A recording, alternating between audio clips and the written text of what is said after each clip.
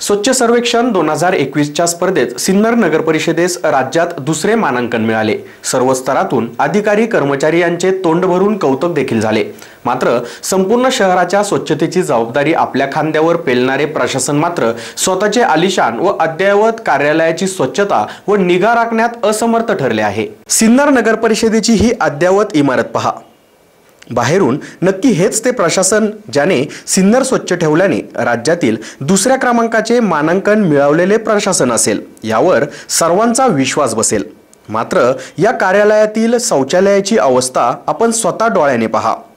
येथे येणारे नागरिक असो अथवा येथीलच कर्मचारी गुटखा तंबाखू खाऊन येथेच पिचकाऱ्या मारत आहे। यामुळे भिंतीवर चित्रांचा भडीमार दिसत आहे। शौचालयातील वॉश बेसिनचे नळ पहा, नादुरुस्त तर काही ठिकाणी नाही असे चित्र जर सिन्नर नगर परिषद कार्यालयाची असेल तर काय म्हणावे। अशा वेळी केवळ दिव्याखालीच अंधार असे म्हणावे लागेल।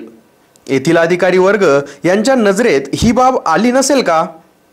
जरी आली असेल मग त्यावर काही उपाययोजना का कराव्या वाटल्या नाही असा प्रश्न उपस्थित होतो। आता सिन्नर शहर स्वच्छ ठेवण्यात येथील कर्मचारी इतके व्यस्त असतील की त्यांना आपले घरच स्वच्छ करण्यास वेळ नसावा।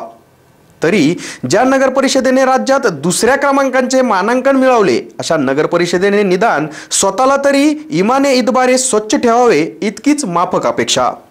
एसएन न्यूज साठी विजय शितोळे।